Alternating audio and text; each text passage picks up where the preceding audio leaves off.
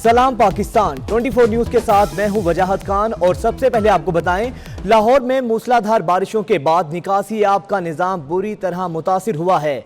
मुख्तलिफ इलाकों में कई फुट पानी जमा हो गया है, जबकि गलियां और सड़कें तालाब का मंजर पेश कर रही हैं। शहरी घरों में महसूर होकर रह गए हैं। शहर के किस इलाके में कितनी बारिश हुई है और वहां की सूरत हाल क्या है, ये जानते हैं हमारे नुमाइंदे हसनैन ओलख हमारे साथ मौजूद हैं। हसनैन, बताइएगा कैसे हैं लाहौर के मनासिब? जी, गुज़श्ता 2 रोज़ से होने वाली बारिशों के बाद अगर शहर की सूरत हाल की बात की जाए तो हर सू जल थल हो गई है और साथ ही साथ शहर के मुख्तलिफ इलाके हैं जहां पर बदतरीन जो निकासी आब है वो देखने में आई है। वहां पर कई फुट जो पानी है वो जमा हुआ है। वहां पर आमदोरफ्त मुतासिर हो रही है और जो शहरी हैं वो अपने घरों तक महसूर होकर रह गए हैं और जो दफातर जाने वाले हजरात हैं वो अपने दफातर में भी नहीं जा पा रहे। अगर मुख्तलिफ इलाकों की बात की जाए तो मैं इस वक्त मौजूद हूँ कज़ाफ़ी स्टेडियम के इलाके में और इससे मुल्हिका इलाकों की अगर बात की जाए, इचरा की बात की जाए या फिर करतबा चौक की बात की जाए, लक्ष्मी की बात की जाए या फिर फैसल टाउन की बात की जाए, तो शहर के मुख्तलिफ इलाकों में जो निकासी आब की सूरत हाल है वो बदतरीन है। वहाँ पर जो ट्रैफिक है वो बुरी तरह से मुतासिर हो रही है और वहाँ पर हमें कोई वासा की टीमें नज़र नहीं आई जो वहाँ पर जो अमला है वो अपने काम में मशगूल हो और वहाँ से निकासी आब को मुमकिन बनाया जा रहा है। कहीं पर वासा की मशीनरी नज़र नहीं आ रही या फिर वासा हुकाम नज़र नहीं आ रहे कि मुख्तलिफ इलाकों में वहाँ पर ऑपरेशन किए जा रहे हैं और निकासी आब को मुमकिन बनाने की कोशिशें की जा रही हैं। और अगर बारिश की बात की जाए तो शहर के मुख्तलिफ इलाकों में जो बारिश रिकॉर्ड की गई है, जैसे कि अगर लक्ष्मी की बात की जाए तो वहाँ पर 140 मिलीमीटर जो बारिश है वो रिकॉर्ड की गई है। फर्रुखाबाद की बात की जाए वहाँ पर 118 मिलीमीटर जो बारिश है वो रिकॉर्ड की गई है। इसी तरह पानी वाला तालाब की बात की जाए तो वहाँ पर 117 मिलीमीटर बारिश रिकॉर्ड की गई है और अगर गुलशन रावी की बात की जाए तो वहाँ पर भी 105 मिलीमीटर जो बारिश है वो रिकॉर्ड की गई है। और जो बारिश का सिलसिला है वो थमने में आ नहीं रहा, अभी भी जो बूंदाबांदी है उसका सिलसिला जारी है और ये जो अब्र रहमत है वो शहरियों के लिए अब कहीं ना कहीं अब्र जहमत बन रहा है और शहरियों को मुश्किलात का सामना करना पड़ रहा है, चूँकि बारिश के बायस जो शहर के मुख्तलिफ इलाके हैं वो ज़ेर आब आ गए हैं और वहाँ पर जो निज़ाम ज़िंदगी है वो दरहम बरहम नज़र आ रहा है। जी ठीक है, बहुत शुक्रिया हसनैन ओलख आपका। आप ये मनाजिर भी देख सकते हैं कि लाहौर की जो शाहराहें हैं, जो गलियां हैं, वो नदी नालों और तालाब का मंजर पेश कर रही हैं। मुख्तलिफ इलाकों में कई फुट तक पानी जमा हो चुका है, जिसके बायस ट्रैफिक की रवानी भी मुतासिर हुई है और लोगों को आमदोरफ्त में मुश्किलात का सामना है। लाहौर में बारिश का सिलसिला ताहाल जारी है। अब्र रहमत बरसने से मौसम खुशगवार हो गया, जबकि ठंडी हवा चलने के बायस हब्स में भी कमी देखने में आई है। मजीद मौसम का अहवाल जानते हैं कोमल असलम से। कोमल, बताइएगा। जी बिल्कुल, शहर में दूसरे रोज़ भी आज बारिश जो है वो जारी है और जल थल एक हुआ है। मौसम बहुत ज़्यादा सुहाना और दिलफरेब है। हरियाली वैसे भी जो है वो आंखों को बहुत भाती है, लेकिन आज ठंडी हवाएं भी साथ चल रही हैं तो मौसम जो है बहुत ज़्यादा दिलफरेब दिखाई दे रहा है। और शहर लाहौर बागों का शहर है और बागों के शहर में जूं ही जो है वो शबनम के कतरे जो हैं वो पत्तों पर पड़ते हैं तो मौसम और भी ज़्यादा खुशगवार हो जाता है और आंखों को बहुत ज़्यादा खूबसूरत मनाजिर देखने को मिलते हैं। अल्लाह की कुदरत के मनाजिर हर तरफ जो है वो दिलकश दिखाई दे रहे हैं। मौजूदा दर्जा हरारत के हवाले से बात की जाए तो इस वक्त बाहर का दर्जा हरारत जो है वो 24 डिग्री सेंटीग्रेड रिकॉर्ड किया जा रहा है, जबकि हवा में नमी का तनासुब जो है वो 96% और हवा की रफ्तार जो है वो 18 किलोमीटर फी घंटे के हिसाब से रिकॉर्ड की जा रही है। और महकमा मौसमियात की जानिब से आज दिन भर के हवाले से यही कहा जा रहा है कि आइंदा 24 घंटों के दौरान मौसम जो है वो इसी तरह रहने वाला है। मूसलाधार बारिशों का सिलसिला बरकरार रहेगा, लेकिन कहीं हल्की बारिश होगी तो कहीं तेज़ बारिश होगी, लेकिन बारिश जो है वो बरकरार रहने वाली है। और साथ ही साथ मैं आपको ये भी बताती चलूँ कि हर तरफ जो है वो जल थल एक हुआ है, मौसम सुहाना है और आज कम से कम दर्जा हरारत जो है वो 24 डिग्री रहने वाला है, जबकि ज़्यादा से ज़्यादा 30 डिग्री रहने वाला है। और साथ ही साथ मैं आपको ये भी बताती चलूँ कि हवाएं जो है वो इस वक्त 18 किलोमीटर फी घंटे के हिसाब से चल रही हैं। शहरी इस मौसम को खूब इंजॉय कर रहे हैं और शहरी जो है वो इस मौसम का मज़ा दोबारा करने के लिए दोपहर में जो है वो आलू वाली रोटियाँ तैयार कर रहे हैं, क्योंकि इस मौसम में जो है वो गरम गरम आलू की रोटियाँ और पकौड़ों के साथ इस मौसम को खूब इंजॉय किया जा सकता है। इसलिए शहरी जो है वो तैयारियाँ मुकम्मल कर रहे हैं ताकि इस मौसम का मज़ा जो है वो दोबारा कर सकें। ठीक है, बात करेंगे लाहौर की सूरत हाल की। तो लाहौर में बारिश के बायस जो सड़कें हैं वो नदी नालों का मंजर पेश कर रही हैं, जबकि निकासी आब का जो निज़ाम है वो भी बुरी तरह मुतासिर हुआ है। मुख्तलिफ इलाकों में कई फुट पानी भी जमा हो चुका है। इसी पर बात करेंगे, हमारे नुमाइंदे इमरान यूनुस हमारे साथ मौजूद हैं। इमरान, बताइएगा इस वक्त निकासी आब के क्या सूरत हाल है लाहौर में? जी बिल्कुल, अगर बात की जाए लाहौर में जो 2 रोज़ से बारिश हो रही है वक्फे से, उससे नो डाउट गर्मी की शिद्दत में कमी जो है वो देखने में सामने आई है। मौसम तो खुशगवार हुआ है, लेकिन ये बारान रहमत जो है ये लाहौर के मुख्तलिफ इलाकों में बारान ज़हमत जो है वो भी बन चुकी है। और उसकी वजह जो है ये मुख्तलिफ इलाकों में जो बुरा सेवरेज का निज़ाम है उसके तहत ये सूरत हाल जो है वो सामने आ रही है।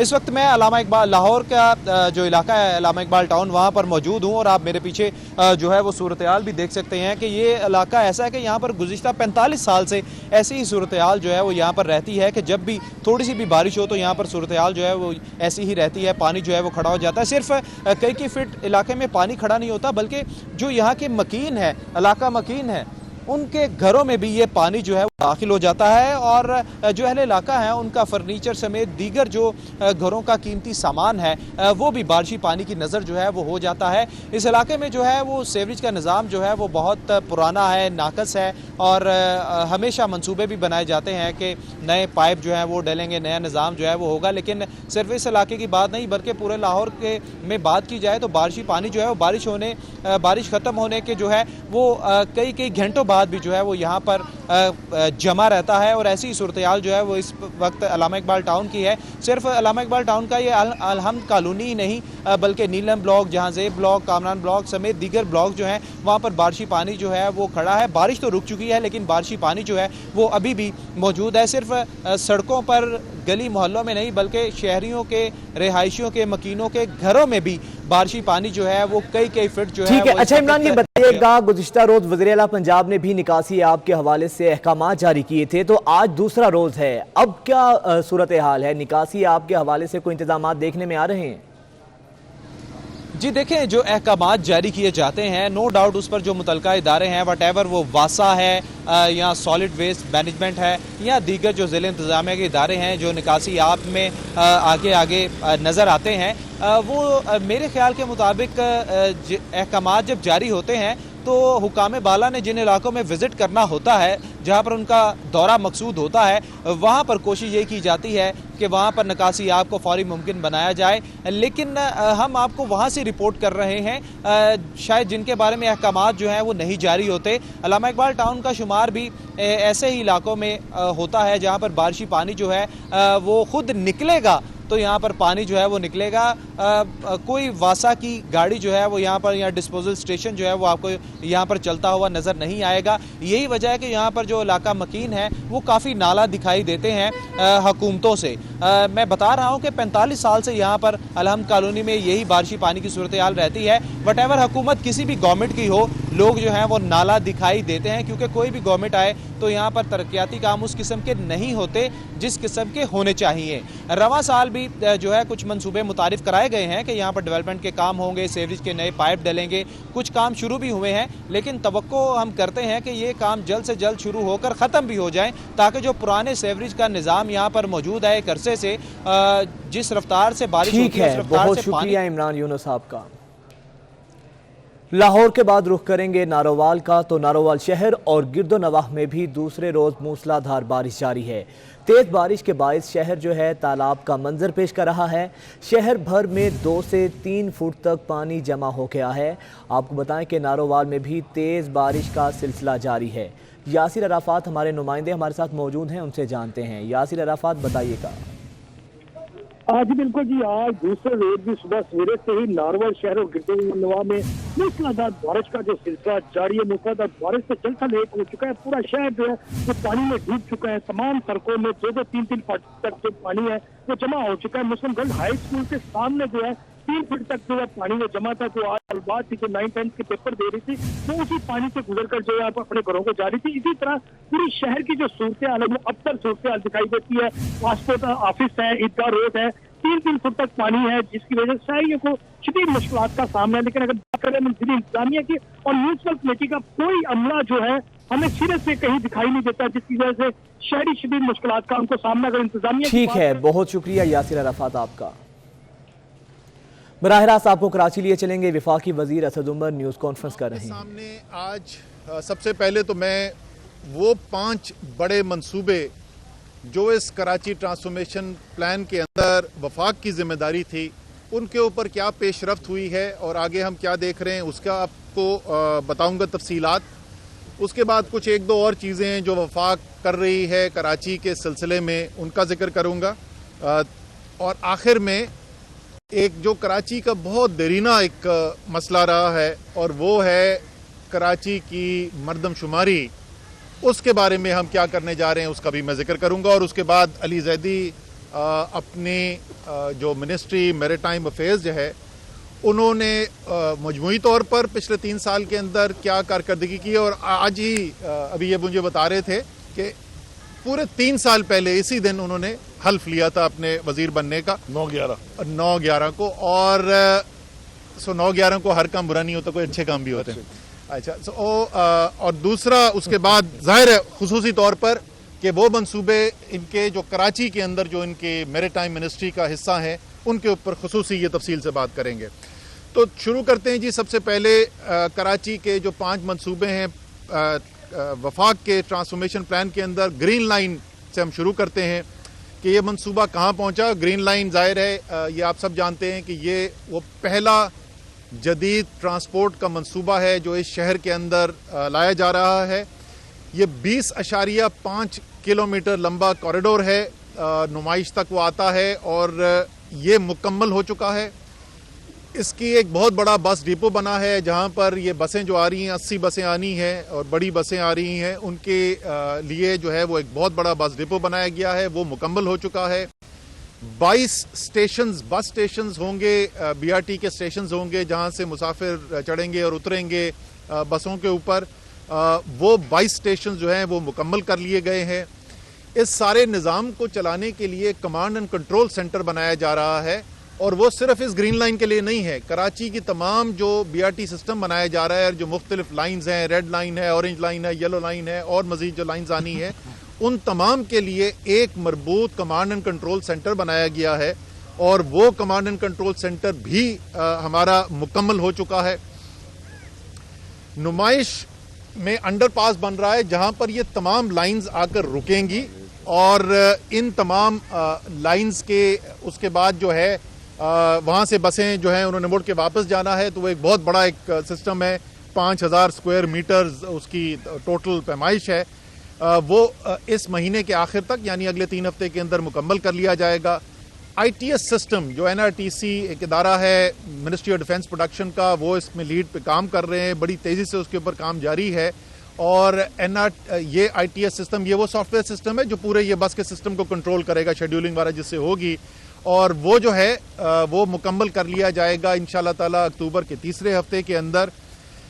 फिर जिस चीज़ का हमें ज़रूरत है, जाहिर है कि ये निज़ाम चलाने के लिए सिक्योरिटी का एक सिस्टम भी चाहिए होता है, वो कॉन्ट्रैक्ट साइन हो गया है और 20 सितंबर तक, आज से सिर्फ 9 दिन के बाद जो है वो मोबिलाइज कर दिए जाएंगे, वो ऑन साइट होंगे।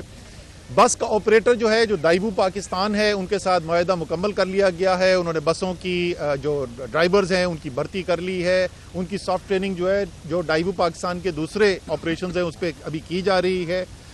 सो वो भी तैयार हैं। और जो बड़ी चीज़ जिसका इंतज़ार कर रहे थे वो बसों का, और उसकी हम इतनी गौर से उसको फॉलो करते हैं कि कल तकरीबन मैं हर 1 दिन हर 2 दिन के बाद मैं उसकी प्रोग्रेस लेता हूं। तो कल की जो वो शिप है जिसके ऊपर पहली 40 बसें आ रही हैं, वो मलाका स्टेट जो है सिंगापुर और मलेशिया के दरमियान वहाँ से गुजर रही थी, और उम्मीद ये है कि अगले वीकेंड तक, अगले हफ्ते इतवार तक ये बसें, पहला लॉट जो है 40 बसों का ये कराची पहुँच जाएगा इंशाल्लाह ताला, और जो दूसरा बैच है 40 बसों का वो अक्टूबर के आखिर तक आ जाएगा। लेकिन जाहिर है ऑपरेशन जो है ये पहले 40 बसेस के साथ शुरू किया जाएगा।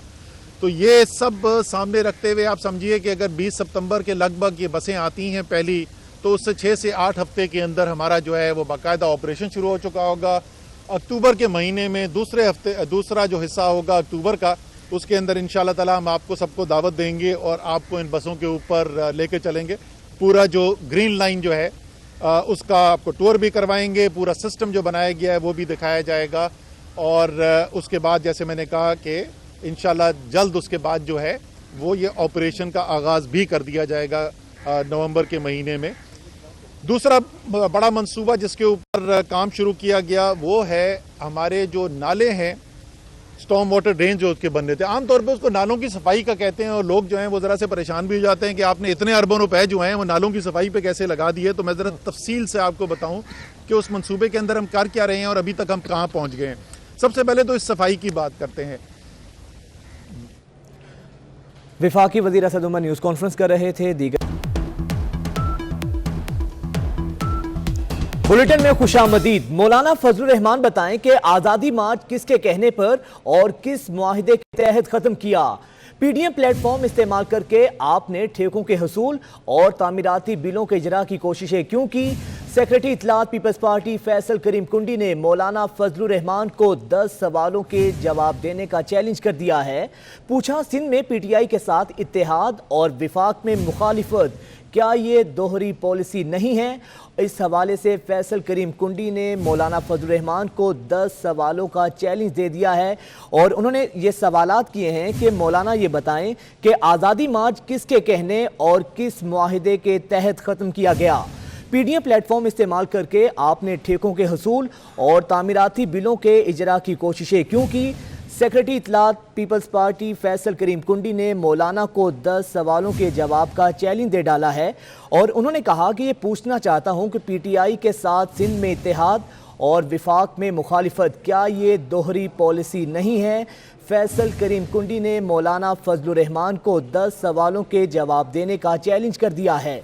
कहा, सिंध में पीटीआई के साथ इत्तेहाद और विफाक में मुखालिफत, क्या ये दोहरी पॉलिसी नहीं है। इस हवाले से फैसल करीम कुंडी ने मौलाना फजलुर रहमान को 10 सवालों का चैलेंज दे डाला है। उन्होंने कहा कि मौलाना बताएं कि आज़ादी मार्च किसके कहने और फिर किस मुआहिदे के तहत ख़त्म किया गया। पीडीएम प्लेटफॉर्म इस्तेमाल करके आपने ठेकों के हसूल और तामीराती बिलों के इजरा की कोशिश क्यों की। इस तरह ये सवालात का चैलेंज दिया है फैसल करीम कुंडी ने और इसी पर बात करेंगे। हमारे नुमाइंदे उस्मान जावेद हमारे साथ मौजूद हैं। और उस्मान, मजीद बताइएगा कौन से मजीद 10 सवालात हैं जिनका जवाब तलब किया गया है। देखें, पाकिस्तान पीपल्स पार्टी के सेक्रेटरी इत्तलात फैसल करीम कुंडी ने मौलाना फजलुर रहमान को 10 सवाल के जवाब देने का चैलेंज किया है और इन सवालात में ये कहा गया है कि पूछा गया है कि मौलाना फजलुर रहमान ये बताएं कि 2 साल पहले जरदारी हाउस में होने वाली अफ्तार पार्टी में ताख़ीर से क्यों आई। इसके साथ साथ आज़ादी मार्च के हवाले से भी उन्होंने सवाल उठाया कि आज़ादी मार्च को किसके कहने पर और किस मुआहिदे के तहत ख़त्म किया। मजीद फैसल करीम कुंडी ने सवाल में कहा कि मौलाना फजलुर रहमान साहब आज़ादी मार्च के खात्मे की शराइत को अवाम के सामने क्यों नहीं लाते। मौलाना फजलुर रहमान साहब बताएं कि अस्तीफों का मामला बीच में लाकर आपने लॉन्ग मार्च को क्यों और किसके कहने पर रुकवाया। मजीद उन्होंने सवाल पूछा कि मौलाना फजलुर रहमान बताएं कि पीडीएम के प्लेटफॉर्म से आपने सिंध हुकूमत से क्यों डीसी और एसपी लगवाने की फरमाइशें की और जो पीडीएम के प्लेटफॉर्म को इस्तेमाल करके आपने ठेकों के हसूल और तामीराती बिलों के इजरा की कोशिशें क्यों की। जबकि मजीद कहा कि सिंध में पीटीआई के साथ इत्तेहाद करके वफाक में पीटीआई के खिलाफ जदोजहद करके क्या ये दोहरी पॉलिसी नहीं। जबकि मजीद सवाल जो फैसल करीम कुंडी ने मौलाना फजलुर रहमान से पूछे वो ये कहा कि पीटीआई को छोड़कर आपने। ठीक है, बहुत शुक्रिया उस्मान जावेद आपका। एक दफ़ा फिर से आपको कराची लिए चलेंगे। विफाकी वज़ीर असद उमर न्यूज़ कॉन्फ्रेंस कर रहे हैं। इसलिए वज़ीर आज़म ने कहा कि बड़े काम करने हैं। मेरे अपने काबीना के कुछ साथी थे जिन्होंने तनकीद की कि इतना ज़्यादा पैसा क्यों कराची पे लगाया जा रहा है और जो हकायक अभी मैंने आपके सामने रखे यही हकायक मैंने उनके सामने भी रखे। और वज़ीर आज़म सबसे बड़े चैंपियन है कराची के और कराची के हक के लिए सबसे ज़्यादा जो सबसे पहले लब्बैक करने वाले हैं कोई भी जायज़ मुतालबा हो कराची का वो इमरान खान है और वो इलेक्शन से पहले भी था और इलेक्शन के बाद वज़ीर आज़म बनने के बाद भी आप देख रहे हैं। लेकिन जब बड़े मंसूबे किए जाते हैं तो उनकी मंसूबाबंदी में शुरू में टाइम लगता है, लेकिन जैसे मैंने आपको बताया आपको मंसूबों पर ग्राउंड पर काम होता हुआ नजर आ रहा है। तफसील से मैंने बताया आखिरी मंसूबा कराची का सबसे बड़ा शायद मसला पानी, और ये सिर्फ कराची का नहीं है सारे पाकिस्तान का सबसे बड़ा मसला है। 26 करोड़ गैलन यौमिया की पानी की स्कीम K4 जो 10 साल से ज़्यादा, एक दिहाई से ज़्यादा इल्तवा का शिकार थी, मंसूबा फंस चुका था, सख्त उसके ऊपर तनकीद थी। इसके ऊपर हमारी अपनी वफाकी एजेंसीज ने भी हमसे कहा कि ये इसकी जिम्मेदारी ना लें, ये मंसूबा इतनी मुश्किलात का शिकार है कि इसकी जिम्मेदारी आप ना लें। लेकिन क्योंकि वज़ीर आज़म की हिदायत थी कि कराची के सबसे बड़े मसाइल के ऊपर आपने काम करना है, ये जिम्मेदारी ली गई। एक्नेक ने इस साल जनवरी 2021 में इस मंसूबे की मंजूरी दी। कंसल्टेंट, एक इंटीग्रेटेड कंसल्टेंट, इसके तमाम पहलू की कंसल्टेंसी के लिए रिक्रूट कर लिया गया और उसने मोबिलाइज कर लिया जून 2021 को। अक्टूबर के आखिर में 28 अक्टूबर, अगर मैं आपको एग्जैक्ट डेट बताऊं, 28 अक्टूबर इसी साल 21 में उस कंसल्टेंट की रिपोर्ट जो है वो ड्यू है, जो डिज़ाइन फाइनलाइज कर रहा है। उस डिज़ाइन की बुनियाद के ऊपर फरवरी 2022 में, यानी आज से 5 माह के बाद, इस मंसूबे के ऊपर दोबारा से काम शुरू हो जाएगा। मैं दोबारा इसलिए कह रहा हूं कि ये निस्फ मुकम्मल होकर छोड़ दिया गया था। और इस वक्त जो वापडा की जो एक्सिक्यूटिंग एजेंसी है, सिंध हुकूमत से हमने ट्रांसफ़र कर दिया है इसको वापडा के पास, वफाक के पास। उनका तखमीना ये है कि ये अक्टूबर 2023 में ये पानी कराची तक पहुंचा दिया जाएगा और अंदर शहर के अंदर पानी की डिस्ट्रीब्यूशन की जिम्मेदारी कराची ट्रांसफॉर्मेशन पैकेज के मुताबिक सिंध हुकूमत की है। वर्ल्ड बैंक के साथ उनका एक बहुत बड़ा मंसूबा है। अब देखें, उम्मीद है कि वो मंसूबा भी वक्त पे मुकम्मल हो। लेकिन वफाक की जो जिम्मेदारी है कराची तक इस 26 करोड़ गैलन को पहुंचाने की, अक्टूबर 2023 इस वक्त वो कह रहे हैं। मैंने जनरल मुजम्मिल से दरख्वास्त की है कि जनरल साहब, 14 अगस्त जो है बड़ी खूबसूरत तारीख है पाकिस्तान की ज़िंदगी के अंदर, हर पाकिस्तानी इसकी ज़िंदगी के अंदर एक अहमियत रखती है। और ये जो 14 अगस्त आएगी 2023, वो 76वां साल मुकम्मल होगा। तो इस सालगिरह का तोहफा दें, तो वो कोशिश कर रहे हैं कि इसको और तेज़ किया जाए इस मंसूबे को, और उसको अगस्त 2023 तक मुकम्मल करने की कोशिश की जाए। आखिर में जल्दी में थोड़ी सी और चीज़ें आपको बता दूं जी। K4 का अमाउंट भी बता दें। K4 का अमाउंट, अच्छा, K4 का अमाउंट जो है वो जब ये हमारी अक्टूबर 28 के अंदर आएगा तो उसके बाद हमें इसका तखमीना मुकम्मल होगा। लेकिन जी, कराची सर्कुलर रेलवे का तकरीबन 250 अरब रुपए। आपकी ये जो K4 का है, मैं एग्जैक्ट अभी नंबर नहीं दे सकता कि जब तक उसकी नहीं आए, लेकिन ये टेंस ऑफ बिलियन यानी दसियों अरबों रुपए के अंदर ये रकम होगी। बड़ा मंसूबा है जिसके ऊपर हम काम करने जा रहे हैं। अब आए जी उन मंसूबों के ऊपर। ये तो सब बड़े बड़े मंसूबे हैं, टाइम लेते हैं मुकम्मल होने के लिए, लेकिन कराची तो तड़प रहा है। कराची को तो तरसा दिया गया। कराची की तो गली नहीं बनती, कराची की तो नाली नहीं बनती, कराची जो है वहाँ कचरा नहीं उठाया जाता। तो ये छोटी छोटी ज़रूरियात जो वफाक की जिम्मेदारी नहीं होती। कराची और न्यूज़ स्टूडियो से फिल वक्त इतना ही।